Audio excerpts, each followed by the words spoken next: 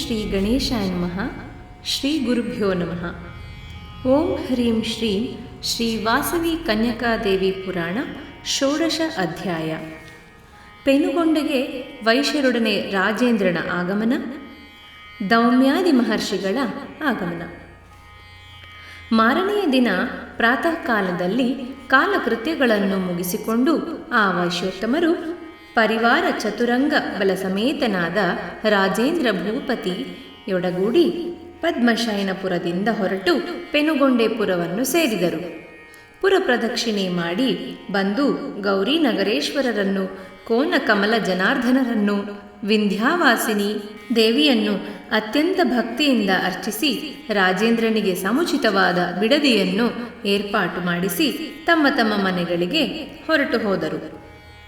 ಆ ಮರುದಿನ ಉದಯ ಕಾಲದಲ್ಲಿ ಶ್ರೀ ನಗರೇಶ್ವರ ಸ್ವಾಮಿ ದೇವಾಲಯ ಪ್ರಾಂಗಣದಲ್ಲಿ ಸರ್ವರೂ ಸಮಾವೇಶಗೊಂಡರು. ಅನಂತರ ರಾಜೇಂದ್ರ ಭೂಪತಿಯು ಮಂತ್ರಿ, ಸೇನಾಪತಿ, ಪುರೋಹಿತ ಸಮೇತ ನಗರೇಶ್ವರ ಸ್ವಾಮಿ ಮಂಟಪವನ್ನು ಪ್ರವೇಶಿಸಿದರು. ವೈಶ್ಯರು ಆ ರಾಜೇಂದ್ರನನ್ನು ಸ್ವಾಗತಿಸಿ ಅವರನ್ನು ಸಮುಚಿತ ಆಸನಗಳ ಮೇಲೆ ಉಪವಿಷ್ಟರಾಗಿಸಿದರು. ಇಷ್ಟರಲ್ಲಿ ದೌಮ್ಯ ಋಷಿಗಳು ತದಿತರ ಮುನಿಗಳೊಡನೆ ಶಿಷ್ಯರೊಡಗೂಡಿ ಅಲ್ಲಿಗೆ ಆಗಮಿಸಿದರು. ಆಗ ರಾಜೇಂದ್ರನು ಎದ್ದು, ಹೇ ಸಭಾಸದರೇ, ಮಹಾನ್ ವ್ಯಕ್ತಿಯಾದ ನನ್ನ ತಂದೆಯ ಅಜ್ಞಾನದಿಂದ ಮಾಡಲ್ಪಟ್ಟ ಅಪರಾಧವನ್ನು ಕ್ಷಮಾಶೀಲರಾಗಿ ನೀವು ಸಹಿಸಬೇಕು. ಆ ಅಪರಾಧದ ಶಾಂತಿಗಾಗಿಯೂ ಶ್ರೀ ವಾಸವಿ ದೇವಿ ಪ್ರೀತಿಗಾಗಿಯೂ ನಾನು ನನ್ನ ರಾಜ್ಯದ ಹಾಲು ಭಾಗವನ್ನು ನಿಮಗೆ ಸಮರ್ಪಿಸಿಕೊಡುತ್ತಿರುವೆ. ವಿರೂಪಾಕ್ಷ ಶ್ರೇಷ್ಠಿಯನ್ನು ವೈಶ್ಯ ಸಾಮ್ರಾಜ್ಯಾಧಿಪತಿಯಾಗಿ ಅಭಿಷಿಕ್ತನಾಗಿಸುವೆನು ಎಂದು ನುಡಿದನು. ಆ ಸಮಯದಲ್ಲಿ ಗಾಲವ್ಯಾಧಿ ಮಹರ್ಷಿಗಳು ಶಿಷ್ಯ ಪ್ರಶಿಷ್ಯರೊಡನೆ ಅಲ್ಲಿಗೆ ಪಾದಾರ್ಪಣೆ ಮಾಡಿದರು. ರಾಜೇಂದ್ರ ಭೂಪತಿಯು, ದೌಮ್ಯ ಮಹರ್ಷಿಯು, ಭಾಸ್ಕರಾಚಾರ್ಯರು, ವಿಪ್ರರು ಮತ್ತು ವೈಶ್ಯ ವರೇಣ್ಯರೆಲ್ಲರೂ ಆ ಮಹರ್ಷಿಗಳನ್ನು ಅರ್ಘ್ಯಪಾದ್ಯಾದಿ ವಿಧಿಗಳಿಂದ ಪೂಜಿಸಿ ಮಧುಪರ್ಕಾದಿಗಳನ್ನು ನೀಡಿ ಗೌರವಿಸಿದರು.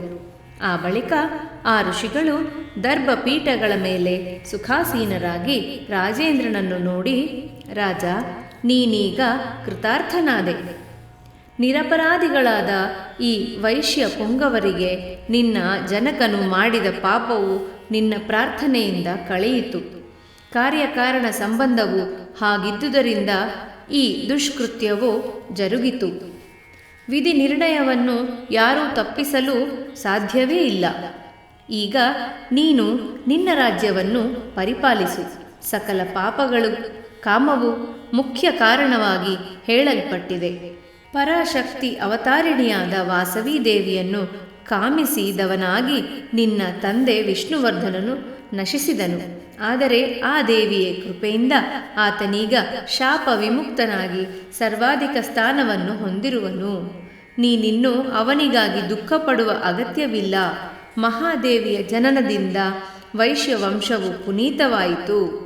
ಈ ವಾಸವಿ ದೇವಿಗೆ ನೀನು ಕೂಡ ಶರಣಾಗು ಎಂದು ಹೇಳಿ ಮತ್ತೆ ವೈಶ್ಯಶ್ರೇಷ್ಠರನ್ನು ನೋಡಿ, ಎಲೈ ವೈಶ್ಯೋತ್ತಮರೇ, ಈ ರಾಜನಿಂದ ನೀಡಲ್ಪಟ್ಟ ರಾಜ್ಯ ಸರ್ವಸ್ವವನ್ನು ನೀವು ವಾಸವಿ ದೇವಿಗೆ ಸಮರ್ಪಿಸಿರಿ.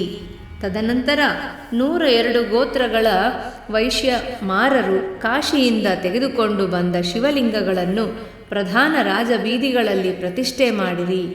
ಇನ್ನು ಮುಂದೆ ಈ ಬೀದಿಯು ಲಿಂಗಾಲ ವೀಧಿ, ಅಂದರೆ ಲಿಂಗಗಳ ಬೀದಿ ಎಂದು ಖ್ಯಾತವಾಗುವುದು.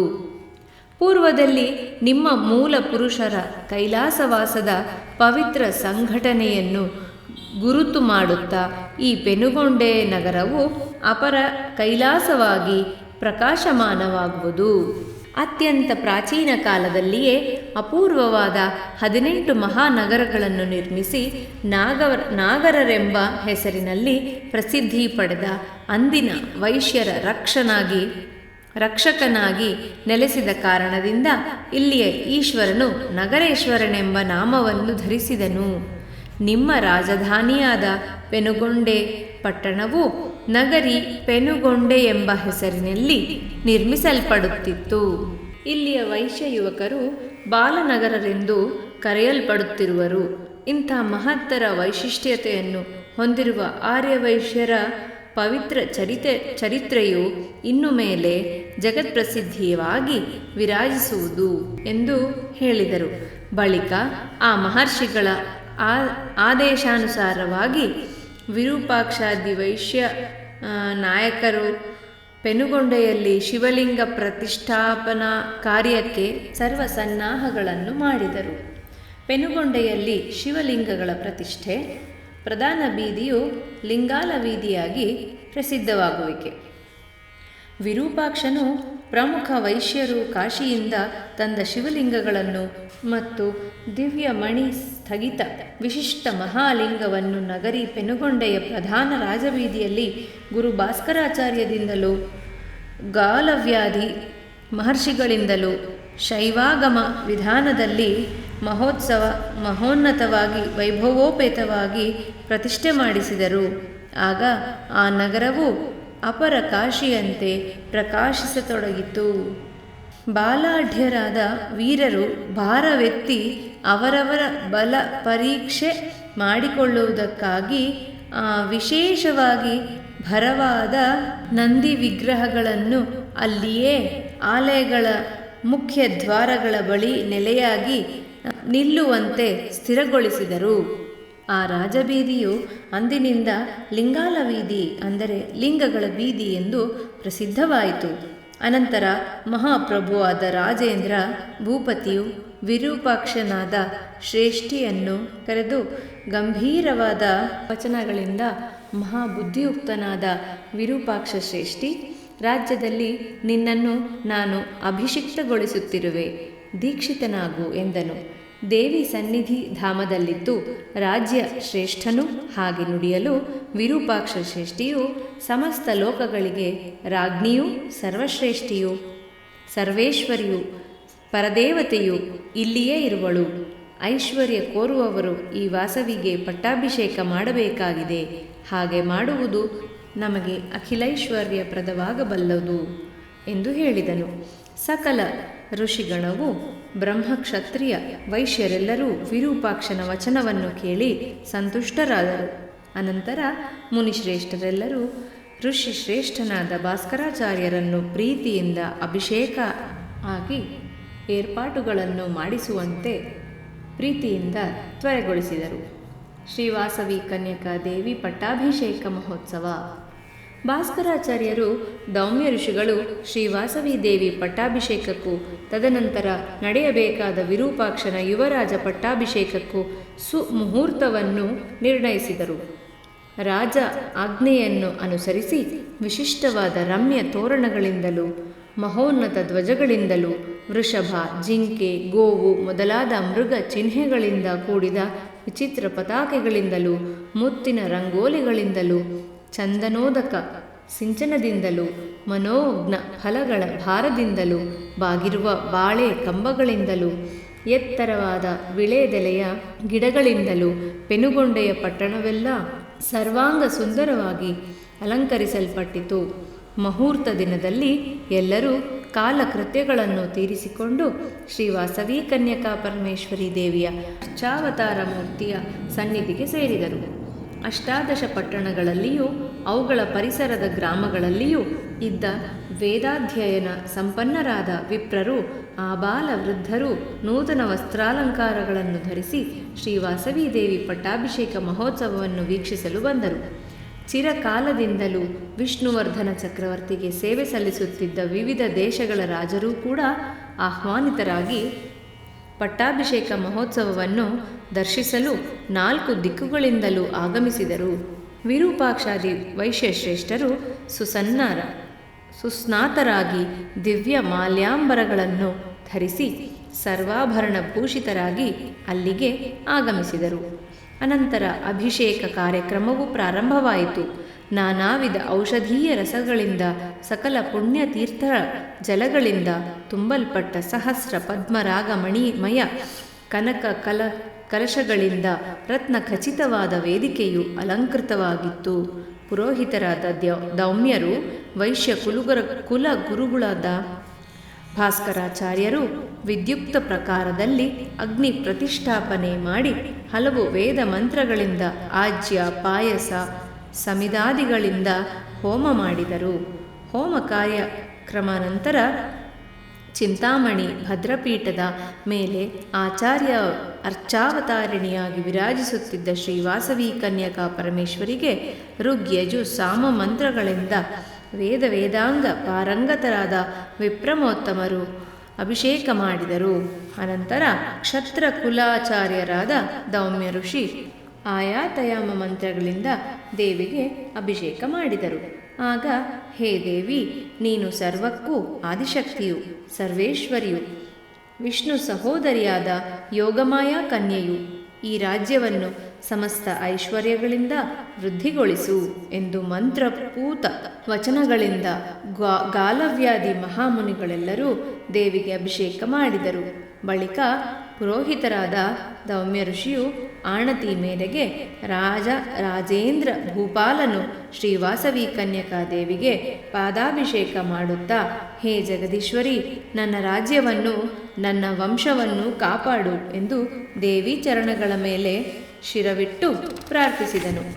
ವಿರೂಪಾಕ್ಷನಿಗೆ ಯುವರಾಜ ಪಟ್ಟಾಭಿಷೇಕ, ಭಾಸ್ಕರಾಚಾರ್ಯರ ಧರ್ಮೋಪದೇಶ. ಮಾರನೆಯ ದಿನ ಉದಯ ಕಾಲದಲ್ಲಿ ವಿರೂಪಾಕ್ಷನು ಮಂಗಳ ಸ್ನಾನ ಮಾಡಿ ರಾಜೋಚಿತವಾದ ಸಮಸ್ತ ವಸ್ತ್ರಾಭರಣಗಳನ್ನು ಧರಿಸಿ ಶತ್ರು ಮರ್ಧನ ಸಮರ್ಥನಾದ ಭದ್ರ ಗಜವನ್ನು ಅಧಿರೋಹಿಸಿದನು. ಅಷ್ಟರಲ್ಲಿ ರಾಜೇಂದ್ರ ಭೂಪಾಲನು ಬಂದು ತಾನು ಕೂಡ ವಿರೂಪಾಕ್ಷನು ಏರಿ ಕುಳಿತ ಆನೆಯ ಮೇಲೆ ಅಂಬಾರಿಯಲ್ಲಿ ಕುಳಿತನು. ಆ ವಿರೂಪಾಕ್ಷ ರಾಜೇಂದ್ರರಿಗೆ ಸರ್ವರು ಐರಾವತ ಮಹಾಗಜದ ಮೇಲೆ ರಾರಾಜಿಸುತ್ತಿದ್ದ ಇಂದ್ರೋಪೇಂದ್ರನಂತೆ ಕಾಣಿಸಿದರು. ಮಂತ್ರಿ ಸಾಮಂತಾದಿಗಳು ಮತ್ತು ಸಮಸ್ತ ಪರಿವಾರವು ಹಿಂದೆ ನಡೆಯುತ್ತಿರಲು ಅವರು ಪುರ ಪ್ರದಕ್ಷಿಣೆ ಮಾಡಿ ರಾಜಸಭಾಸ್ಥಲಕ್ಕೆ ಬಂದು ಸೇರಿಕೊಂಡರು. ಅನಂತರ ರಾಜೇಂದ್ರ ವಿರೂಪಾಕ್ಷರು ಭದ್ರಗಜದಿಂದ ಇಳಿದು ಸರ್ವಾಲಂಕಾರ ಭೂಷಿತವಾದ ಸಭಾಭವನದೊಳಕ್ಕೆ ಪಾದಾರ್ಪಣೆ ಮಾಡಿದರು.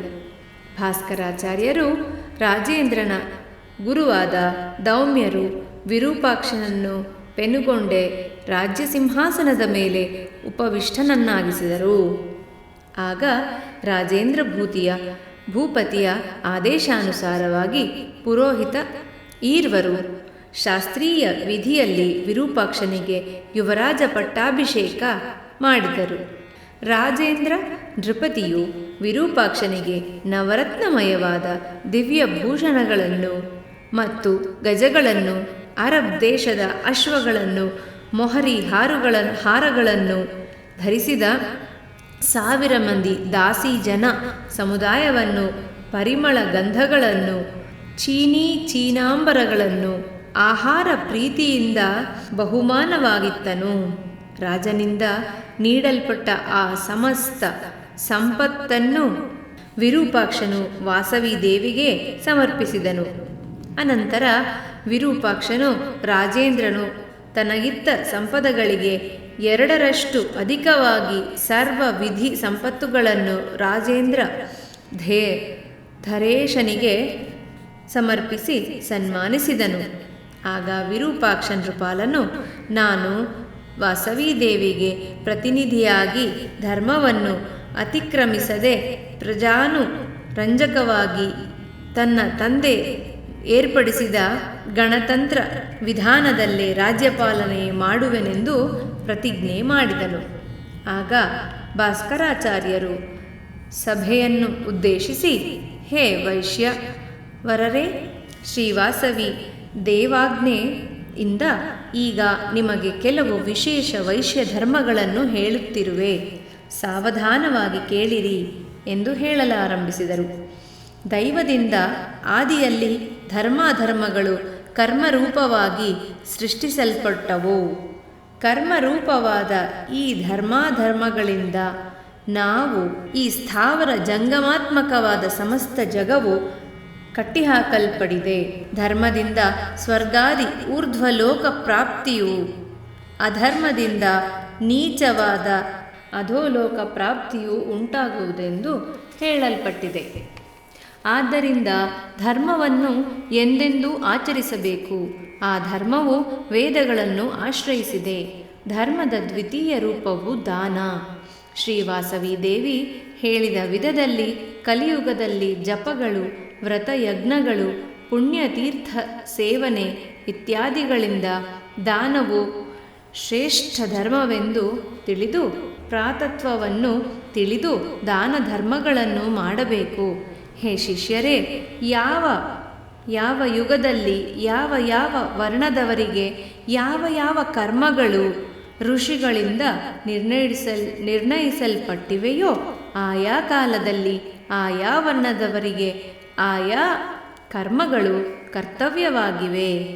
ಆನಂದಿತವಾಗಿ ಕಾಲಾನುಸಾರವಾಗಿ ಸಂಭವಿಸುವ ವಿಶೇಷ ಕ್ಷಣಗಳಿಂದ ಕೂಡಿದ ಧರ್ಮಗಳನ್ನು ಧರ್ಮರು ಅನುಸರಿಸಬಹುದು. ನಿಮಗೀಗ ಒಂದು ಮುಖ್ಯ ವಿಷಯವನ್ನು ತಿಳಿಸುತ್ತಿರುವೆ. ಸಾವಧಾನ ಚಿತ್ತದಿಂದ ಕೇಳಿರಿ.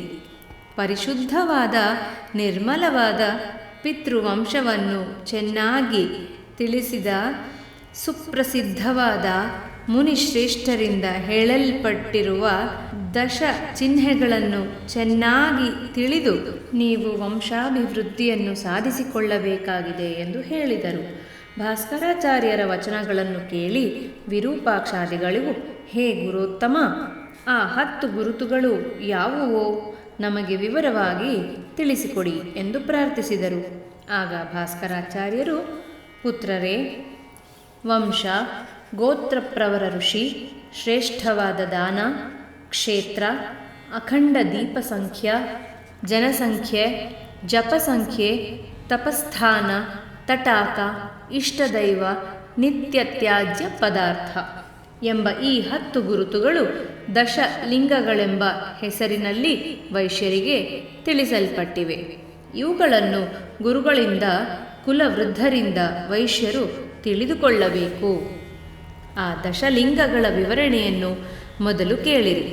ಇವುಗಳಲ್ಲಿ ಮೊದಲನೆಯದು ವರ್ಣ ಅಥವಾ ಕುಲ. ಇದು ಸರ್ವ ಸಾಧಾರಣ ಸಮ್ಮತವಾದದ್ದು. ನಿಮ್ಮ ವೈಶ್ಯ ವರ್ಣವು ಸದ್ವಿಜ ವರ್ಣವಾಗಿ ಪ್ರಸಿದ್ಧವಾಗಿದೆ.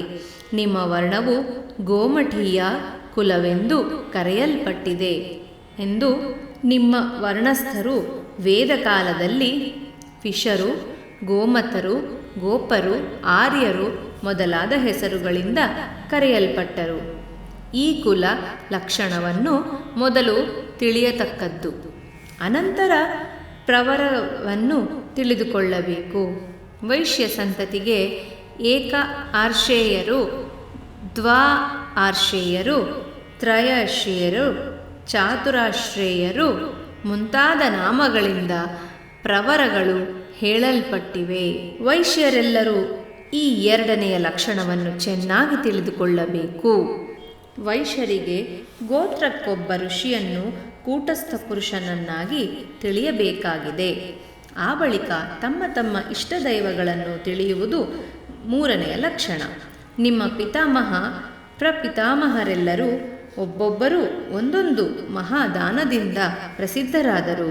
ನೀವು ನಿಮ್ಮ ಪಿತೃಗಳನ್ನು ಉದ್ದೇಶಿಸಿ ಅಂಥ ದಾನಗಳನ್ನು ಮಾಡಬೇಕು. ದಶಲಿಂಗಗಳಲ್ಲಿ ಆ ದಾನವು ನಾಲ್ಕನೆಯದು. ನಿಮ್ಮ ಪೂರ್ವಜರು ಕ್ಷೇತ್ರಗಳನ್ನು ಏರ್ಪಾಟು ಮಾಡಿಕೊಂಡು ಸೇವೆ ಸಲ್ಲಿಸುತ್ತಿದ್ದರು.